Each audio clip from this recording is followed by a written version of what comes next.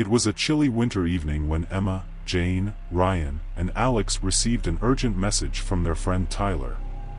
His frantic words begged them to meet him at the old factory on Miller Road, claiming it was a life-or-death situation. The request left them puzzled. The factory, abandoned for decades, was infamous for its eerie rumors and tragic history. Yet Tyler refused to explain why he needed them there, only insisting that they hurry. Skepticism lingered. Tyler was well known for his pranks, many of which involved scaring his friends. But this time, something about his tone felt different, desperate. Despite their doubts, they reluctantly agreed to meet him. What if, for once, he truly needed help? One by one, the friends arrived at the overgrown lot outside the factory. The building loomed in the darkness, its shattered windows like hollow, watchful eyes. Rusted beams jutted out at odd angles, and graffiti marred the crumbling walls. A bitter wind whistled through the structure, carrying with it an unsettling chill. Emma was the first to step inside. Her flashlight flickered, casting long, distorted shadows against the decaying walls. The air reeked of mildew and rust. She called out Tyler's name, her voice echoing eerily through the vast, empty space. The others soon followed, their apprehension growing with every step into the heart of the abandoned factory. Despite their search, there was no sign of Tyler.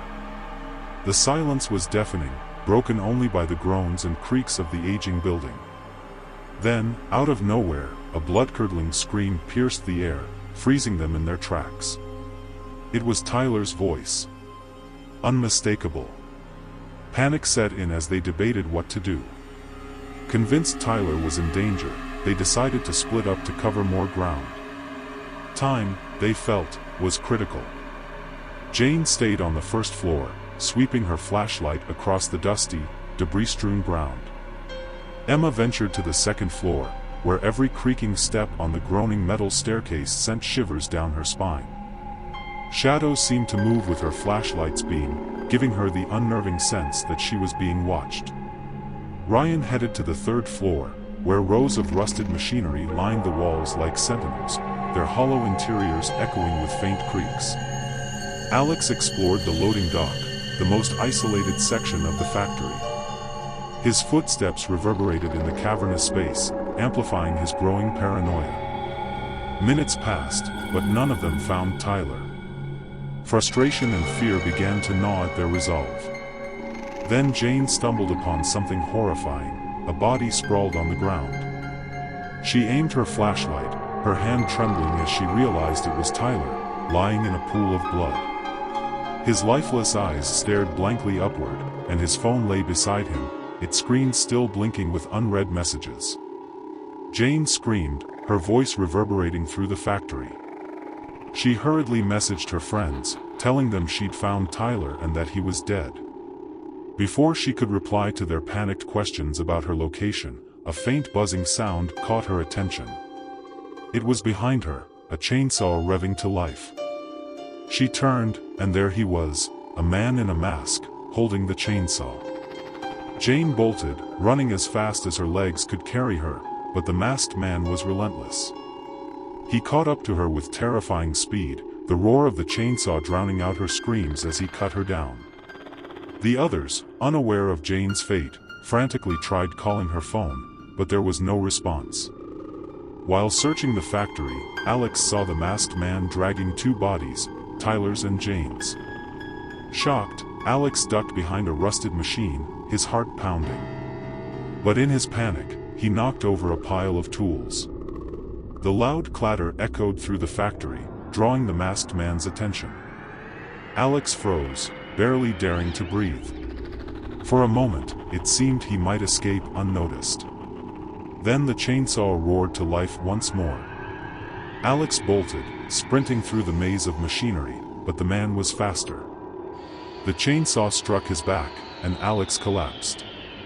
The masked man raised his weapon again, delivering the fatal blow. Now only Emma and Ryan were left. They collided in the darkened hallways, both startled and relieved to see each other. Ryan, consumed by fear, begged Emma to leave with him. But Emma, torn by loyalty, refused to abandon their friends without knowing what had happened to them. Their argument was cut short when the masked man appeared, his chainsaw revving menacingly. Terror seized them both as they ran, but their escape was futile. The man caught up to them before they could reach the exit, mercilessly killing them one after the other. It had all been part of his plan from the beginning. Tyler was the bait, his phone used to lure the others into the trap. One by one, they fell victim to the masked killer in the shadows of the old factory. None of them ever made it out alive. It was a typical school day for Noah, and everything had gone smoothly until the afternoon. He had stayed back a little longer at school to finish some work and missed his regular school bus. As he left the building, a bus was waiting outside, not the usual one, but one he didn't think to question. The driver, a quiet man with a friendly enough demeanor, waved him aboard and explained that this was a backup bus for students who missed the first round. Grateful for the convenience, Noah climbed aboard without hesitation. The bus was nearly full, with 7 other kids spread across the rows of seats. Noah noticed they all seemed just as puzzled as he was, casting uneasy glances at one another. He settled into a seat by the window, clutching his phone in his hand. Something about the silence on the bus unsettled him, but he brushed it off, assuming it was because everyone was tired after a long day. Meanwhile, Noah's mom was home, worried. She had recently received news about their neighbor's daughter, Allison, who had gone missing that morning. Scared and anxious, she immediately texted her son to check if he was on his way. His response was reassuring, he would be home soon. But when she heard the sound of the school bus passing their house and glanced out the window, something felt off. She didn't see Noah among the usual kids being dropped off. Concerned, she texted him again, asking where he was. Noah explained that he was on the backup bus. This answer immediately sent a chill down her spine. Backup bus? She had never heard of such a thing. Noah's mom called his school without hesitation. When the receptionist answered, she asked if the school had any backup buses. The answer was immediate and definitive, "No, ma'am, we don't have backup buses." Panic set in. She quickly texted Noah, urging him to ask the driver to stop the bus and let him off. When Noah relayed her request to the driver, the man's response was unsettling. "I'm not allowed to drop students off until we reach their homes," he said, his tone oddly calm. Noah's mom tried to keep him calm, asking him to look around and describe where he was. Noah glanced out the window, but the scenery was unfamiliar. They were heading down Broadway Street, far from his usual route. At that moment, Noah's mom called the police. Her voice trembled as she described the situation, giving them every detail she had. Her son was on an unknown bus with a driver who didn't seem legitimate, heading to an unknown location. "Stay calm, honey. I've called the police," she told Noah, trying to mask her fear. But things took a horrifying turn when the bus suddenly stopped. Noah looked around nervously as the driver stood up. The man's demeanor had shifted, the calm friendliness was gone, replaced by a cold, menacing presence. The driver pulled out a gun. Noah's heart raced as the man barked orders for all the children to step off the bus. They hesitated, fear paralyzing them, but the gun was enough to force compliance. Noah tried to stay calm as he followed the others down the narrow aisle and off the bus. Outside, the scene was worse than anything he could have imagined. They were in a secluded clearing surrounded by trees. Scattered across the ground were the bodies of children. Noah, scared and afraid, looked around, and then he saw her, Allison, their neighbor's missing daughter, lying lifeless. She was sprawled on the ground, her clothes stained with dried blood. His hands shook as he texted his mom, barely able to type. "Mom, there are dead children everywhere. Allison is here. She's dead." The driver turned to face the group, a sinister smile stretching across his face. "Don't worry," he said in a tone that made Noah's blood run cold. "You'll all be safe soon." But just as he finished speaking, he noticed Noah was holding a phone. "You there," the man barked, stepping closer. Noah's heart pounded as he clutched his phone, trying to discreetly text his mom again. "Mom, he knows I'm texting you. He's looking at me. Please help me." But before he could hit send, the driver grabbed the phone from his hands. His mother's frantic messages continued to light up the screen. She was pleading for him to respond, but Noah couldn't. The driver dropped the phone on the ground and smashed it under his boot. By the time the police arrived at the clearing, there was no sign of the bus, the driver, or the children. Only the eerie silence of the woods remained. Weeks later, authorities discovered the abandoned bus deep in the forest. Inside were the belongings of the children, but no bodies were found. The case remains unsolved, but for Noah's mom, the nightmares never stopped. She couldn't escape the haunting memory of her son's last desperate texts. Vivian worked as a secretary in a bustling corporate office, a job that had always felt routine and uneventful. However, her once predictable workdays had taken a sinister turn ever since she overheard a conversation that would change everything. One day, as she was walking past her boss's office, she accidentally caught a snippet of a phone call. His words were chilling: "Get rid of the body and make sure no one finds out about it." Her heart skipped a beat, and her mind raced with questions. Who was he talking to? Whose body was he referring to?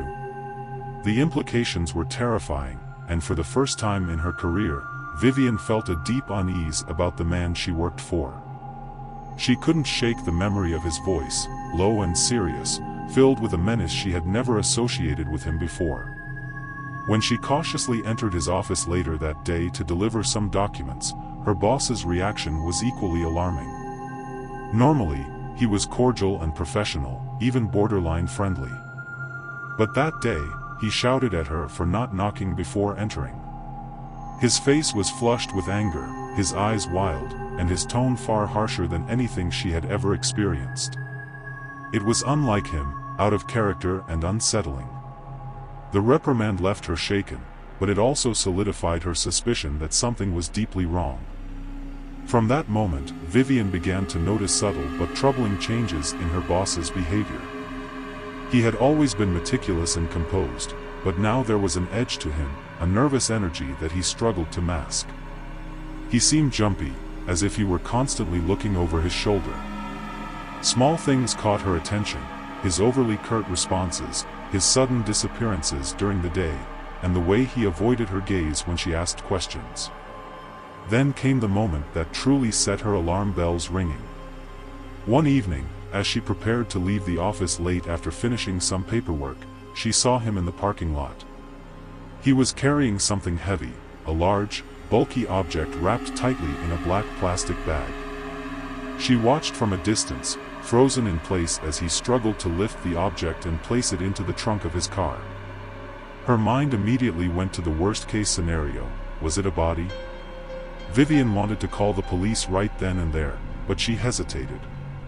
What could she say? That she thought her boss might be a murderer based on a cryptic phone call and an odd moment in the parking lot? It wasn't enough. She needed evidence, something concrete that would prove her suspicions beyond a doubt. Her opportunity came one day when her boss informed the office staff that he would be out for an important meeting and wouldn't return for at least 2 hours. The moment he left, Vivian's heart began to race. This was her chance. If she was ever going to find the evidence she needed, it had to be now. She slipped into his office, her hands trembling as she closed the door behind her. The room was immaculately organized, as always, but to Vivian, it now felt like the lair of a predator. She began her search, starting with his desk. She rifled through drawers, flipping through files and papers, but found nothing unusual. Moving on, she checked his cabinets, meticulously combing through folders and binders. Again, nothing. Desperation began to creep in as she realized how thorough her boss had been in covering his tracks. But just as she was about to give up, something caught her eye. In the corner of the office, partially hidden behind a bookshelf, was a small locked compartment she hadn't noticed before. Her pulse quickened. This was it. She found a letter opener on the desk and used it to pry open the compartment. Inside was a chilling discovery, a gun and a stack of photographs. The photos were of various people, each with a bold red X marked across their faces, which made her think maybe those are the people the boss has killed like they do in movies. Vivian's stomach churned as she flipped through them, each image more damning than the last. Then she saw a face she recognized, a young woman named Jessica, who had worked in the office until recently. Jessica had been fired after a heated argument with the boss, and just 2 weeks later, news had spread through the office that she had died in a freak accident. Seeing Jessica's photo with a red X across it made Vivian's blood run cold. Could her boss have been involved in Jessica's death? The thought was almost too much to bear. As she stared at the photos, piecing together the horrifying implications, she heard it, the sound of footsteps approaching the office door. Her breath caught in her throat. He was back. Her boss was back.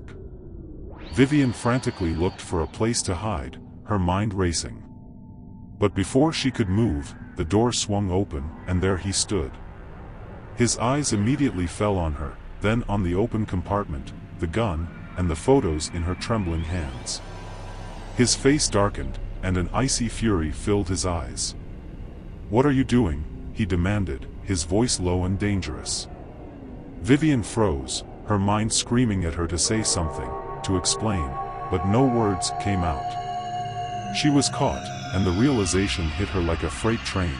She might not make it out of this office alive. He stepped closer, his movements deliberate and menacing. "You just couldn't leave it alone, could you?" he hissed, his tone dripping with malice. "Please," Vivian stammered, her voice barely above a whisper.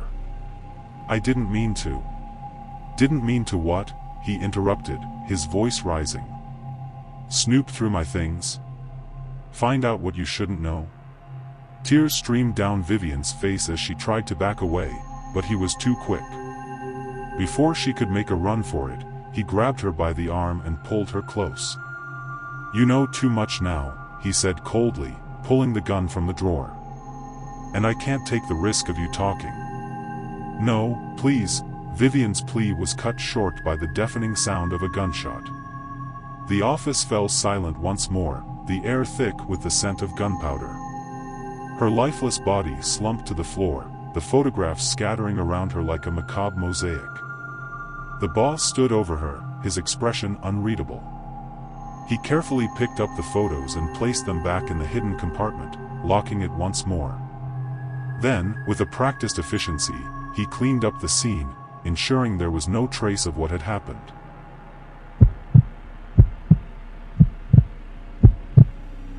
Tessa had a crush on Caleb, the popular and mysterious bad boy at school.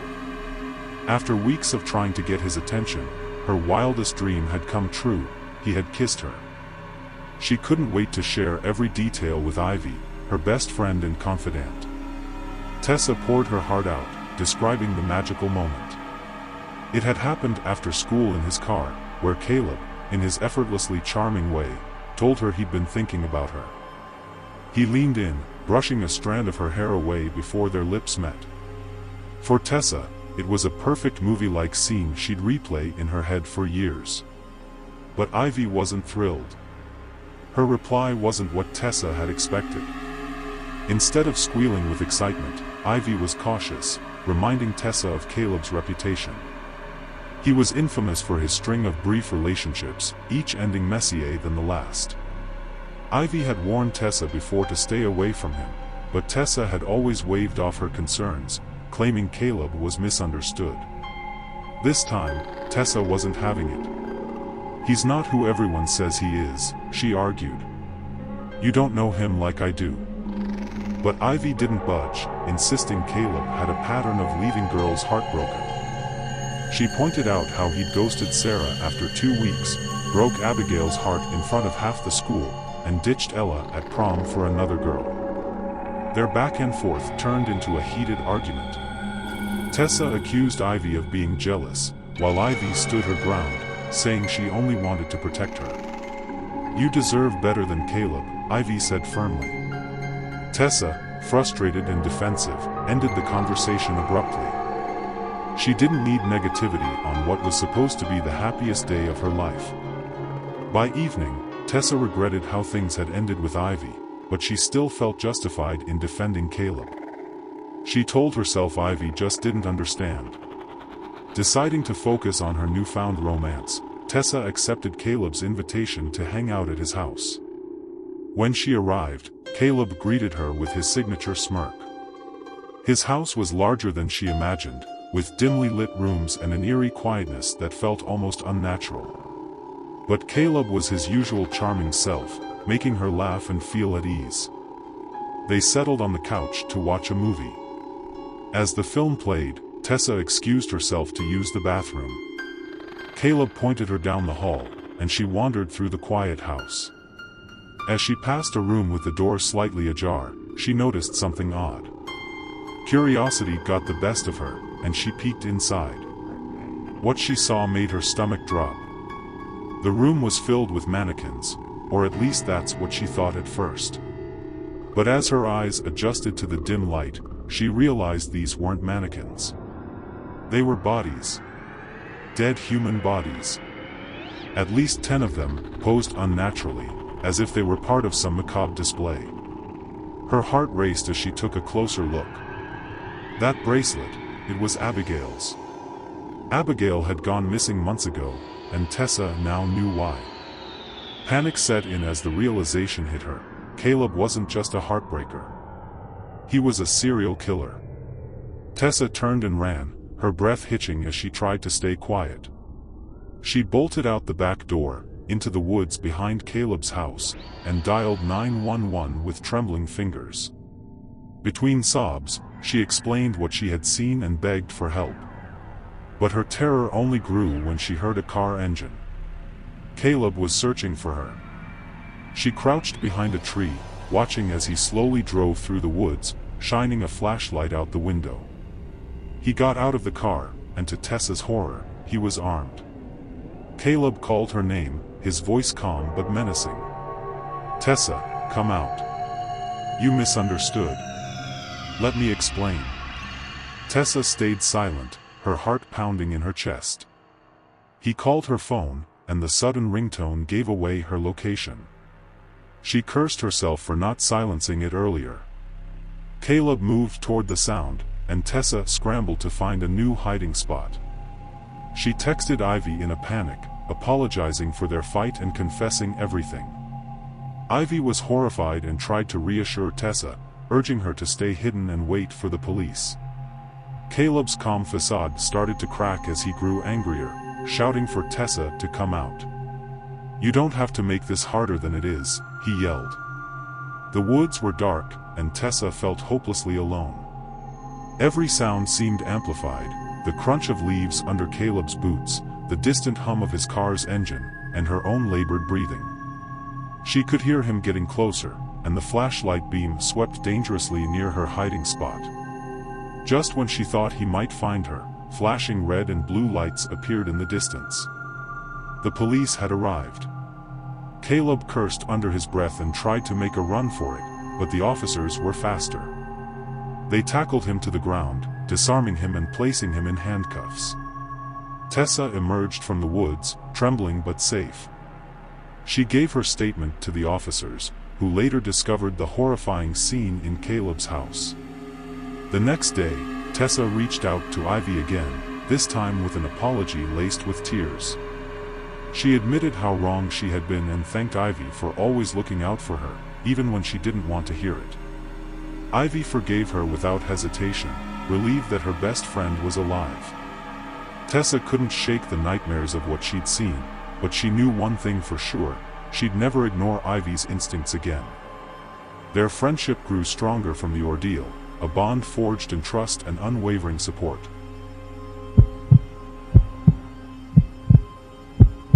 Jessica Wallace, a 21-year-old woman, was accused of murdering Bianca, Rose, and Nora. Through CCTV footage, the police discovered she was the one who killed them, as she was seen leaving the crime scene, and multiple witnesses claimed to have seen her near the victims shortly before their deaths. It wasn't just circumstantial, it was damning. Jessica Wallace was named the prime suspect and soon became the face of every news broadcast. To the world, she was a killer. Jessica, seeing this on the news, needed to tell someone that she was not the one who killed Bianca, Rose, and Nora. She picked up her phone and, with trembling fingers, dialed her best friend's number, Sarah. The tension in her chest was unbearable, a suffocating weight of fear and desperation. Sarah sat in her bedroom, scrolling through the latest updates on the case, when her phone buzzed. It was Jessica. Against her better judgment, Sarah answered, asking where she was and telling her the police were looking for her. "I know," Jessica replied. "But you have to believe me. I didn't kill anyone. It's not me, Sarah. I swear. Someone is framing me, someone who looks exactly like me." The idea was absurd, but Jessica's desperation was palpable. She insisted she had no explanation for the resemblance but was adamant about her innocence. Sarah, torn between the years of trust they shared and the damning evidence, asked the one question that haunted her: why not turn yourself in if you're innocent? Jessica's answer was simple and heart-wrenching. She believed no one would believe her. If she went to the police, they'd lock her up, and the real killer would remain free. Sarah's doubts grew heavier, but before she could decide what to do, she noticed something that froze her blood. Standing in her driveway was Jessica. "Wait, you're outside my house," she said immediately to Jessica over the phone. At that moment, Jessica knew the person who looked like her and had been framing her was outside her best friend's house. "That's not me. It's her. Lock your doors. Hide," she said to Sarah. But before Sarah could run to her door to lock it, the person who looked like Jessica got into her house, grabbed her by the neck, and pulled out a knife. With chilling accuracy, she stabbed Sarah repeatedly in the chest, leaving her lifeless on the floor. The imposter carefully arranged the scene, making sure all the evidence pointed to Jessica as the killer. The next morning, the news broke with another shocking headline: "Jessica Wallace strikes again." Jessica was now officially labeled a serial killer. Hiding in a small, run-down motel, Jessica sat frozen in front of the TV. She watched in horror as reporters accused her of killing Bianca, Rose, Nora, and now Sarah. Her face was everywhere, painted as a cold-blooded murderer. Jessica's hands shook as she whispered, "It's not me." She felt trapped and helpless, her mind racing with questions. Who is this person? Why does she look just like me? What does she want? Why is she doing this to me? But the biggest question of all was, how can I stop her? Jessica stared at her reflection in the cracked mirror on the wall, her own face feeling like a stranger's. Somehow, she had to prove her innocence and find the person who had turned her life into a nightmare. But with the world against her, the answers felt further away than ever. Weeks passed, and Jessica was still unable to clear her name. Desperate for help, she reached out to Chloe Harris, another friend, and pleaded for her to listen. Chloe didn't want to talk to her, as Jessica was currently the most wanted person in the city. Jessica explained that she was being framed by someone who looked exactly like her. She begged Chloe for help, knowing Chloe's father was a detective. Chloe didn't want to help her but then thought, what if what she's saying is actually true? She changed her mind and gave Jessica her dad's contact information, warning her not to make things worse. Jessica contacted Chloe's dad and convinced him to meet her at an abandoned house on Willow Lane. She believed the imposter was hiding there. The detective, skeptical but intrigued, agreed to investigate. Chloe's dad arrived at the scene, cautious but intrigued by Jessica's determination. Jessica led him inside, where they discovered disturbing evidence: photos of the people the imposter had killed, Bianca, Rose, Nora, Sarah, and even pictures of other people she had murdered, etched on the walls. As they ventured deeper into the house, the unsettling sound of footsteps echoed in the darkness. Chloe's dad raised his gun, his flashlight flickering as tension thickened. Suddenly, from the shadows, the imposter emerged, a perfect mirror image of Jessica, wearing a chilling, taunting smile. "She's real," Chloe's dad muttered, his voice shaky. Before he could react, the imposter lunged at him, wielding a large axe she had hidden behind her back. In one swift motion, she slashed his arm, sending blood splattering onto the floor. Chloe's dad cried out in pain, barely holding onto his weapon as the imposter raised the axe again, ready to strike his other arm. Jessica acted quickly, shoving the imposter aside with all her strength and grabbing Chloe's dad. Together, they stumbled out of the house, their hearts racing. As they reached the safety of the street, Chloe's dad, bleeding and shaken, turned to Jessica. His face was pale, his voice filled with disbelief. "How does she look exactly like you?" Jessica's reply was short and simple, "I don't know." Later that night, Chloe's dad called for backup, and the police returned to the house to investigate. But when they arrived, the imposter was gone, and much of the evidence had been removed. It was as if she had vanished without a trace, leaving behind only faint traces of blood and the chilling sense that she was still out there, watching, waiting, and ready to strike again.